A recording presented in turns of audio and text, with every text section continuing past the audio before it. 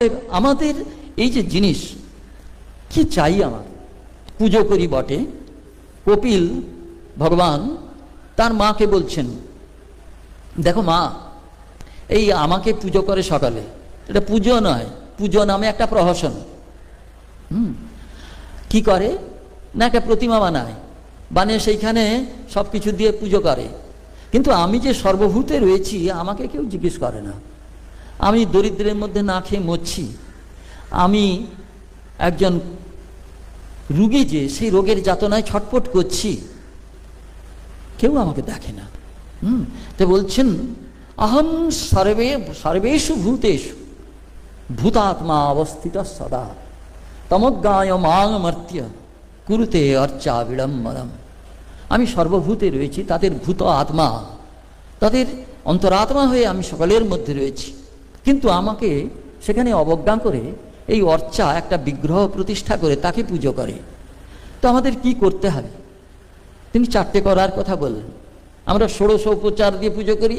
16টা উপচার তো লেখা থাকে, কিন্তু সেখানে 24টা উপচার বা আরও কত কি দেওয়া যায়। যে যত উপচার দিতে পারবে সে তত বড় ভগবানের ভক্ত। ভগবান বললেন কিচ্ছু দরকার নেই, আমাকে পুজো করতে হবে। কি দিয়ে পুজো করতে হবে? অথমাম সর্বভূতেষু, প্রত্যেক জীবের মধ্যে আমি আছি এইটা জেনে আমাকে সেখানে পুজো করতে হবে। কিভাবে? ভূতাত্মানম কৃতালয়ম, আমি এই যে সমস্ত ভূতজাতকে আমার আলয়, আমার মন্দির বানিয়েছি, সেইখানে পুজো করবে। কি দিয়ে করবে? 4টে জিনিস দেবে। অরহেত, সেখানে পুজো করবে দান মানাভ্যাম মৈত্রিয়া ভিন্নেন চক্ষুষা, আমাকে দান, যার যেটা প্রয়োজন সেই দান দেবে। স্বামীজি বলছেন বিদ্যাদান সর্বশ্রেষ্ঠ দান, অন্নদান, বস্ত্রদান, শিক্ষাদান ইত্যাদি সব দানের দ্বারা তাকে পুজো করবে। মান, সম্মান দিয়ে পুজো করবেন। ঠাকুর সকলকে সম্মান দিতেন না। গিরিশবাবুর কাছে গেলেন, গিরিশবাবু তাকে একটা নমস্কার করলেন। সেই নমস্কারটার কি সুন্দর নাম ঠাকুর দিলেন, কুড়োল কাটা নমস্কার। কুড়োলটা তুলেছে, মাথায় ফেলবেন না, ঠাকুর মাথা নিচু করলেন। গিরিশ বললে, আরে আমাকে তো হারিয়ে দিল। তিনি আরো নিচু হলেন, ঠাকুর আরো নিচু হলেন, শেষে ঠাকুর শুয়ে পড়লেন। গিরিশ বলতে, আর তো কোনো উপায় নেই, এর থেকে নিচু কি করে হব? তিনি বললেন, এইবারে প্রণাম অস্ত্রটি নিয়ে এসেছে, সেখানে সকলেই কাঁধ। এই নিচুর কাছে নিচু হতে শিখলি না রে মন, শিখলি না। এইটা ঠাকুর শেখাচ্ছেন। আমি দাসানুদাস, সকলে নিচু হওয়া, এক ধাপ নিচেতে থেকেও।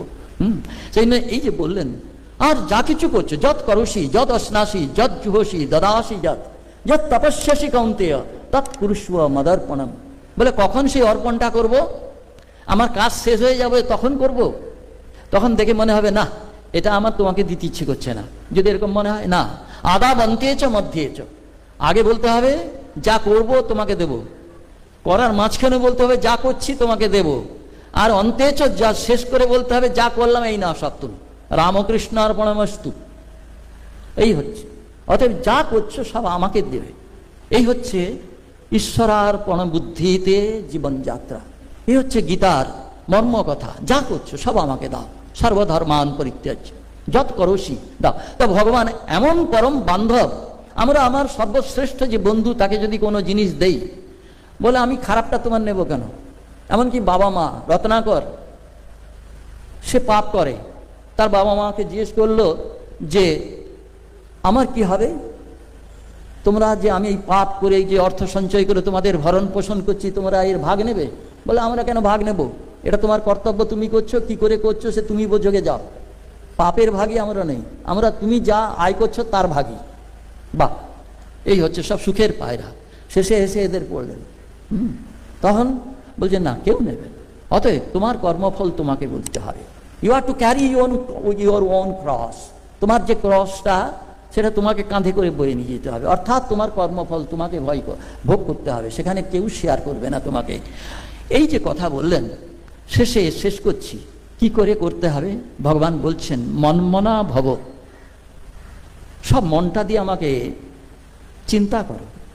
মদ ভক্ত, আমার ভক্ত হও, আমাকে ভালোবাসো। মদ যাজি, যা পুজো টুজো করছো আমাকেই করো। অথবা তোমার শিবকে ভালো লাগে, আমি সেখানে আছি। দুর্গাকে ভালো লাগে, আমি সেখানে আছি, না করো। স্বামীজি বলছেন যে একটি বেড়ালকেও পূজা করিতে পারিলে ক্ষতি নাই, কিন্তু বেড়ালের বেড়ালত্ব ভুলিতে পারিলেই হইল। বেড়ালটার মধ্যে তার নাম রূপটা আছে, কিন্তু তার মধ্যে পরমেশ্বর আছেন। জগতের সমস্ত বস্তুর দুটো করে দিক, একটা ঈশ্বরীয় দিক আর একটা জাগতিক দিক। ওই জাগতিক দিকটা ফেলে দাও, যে ঈশ্বরীয় দিকটাকে তুমি গ্রহণ করো। সেটাই হচ্ছে মদচাজি, মাং নমস্কুরু, আমাকে নমস্কার করো। করলে কি হবে? মামে বশ্যসি সত্যম তে প্রতিজানে প্রিয়সিমে, তোমাকে সত্য কথা বলছি কারণ তুমি আমার অতি প্রিয়। আমাদের দৈনন্দিন আমরাও ভগবানের প্রিয়, কেউ ভগবানের অপ্রিয় নেই, আমরা তার সন্তান। কিন্তু আমরা তাকে একবার ডাক, সমস্ত মন দিয়ে, সমস্ত প্রাণ দিয়ে, সব কিছু দিয়ে।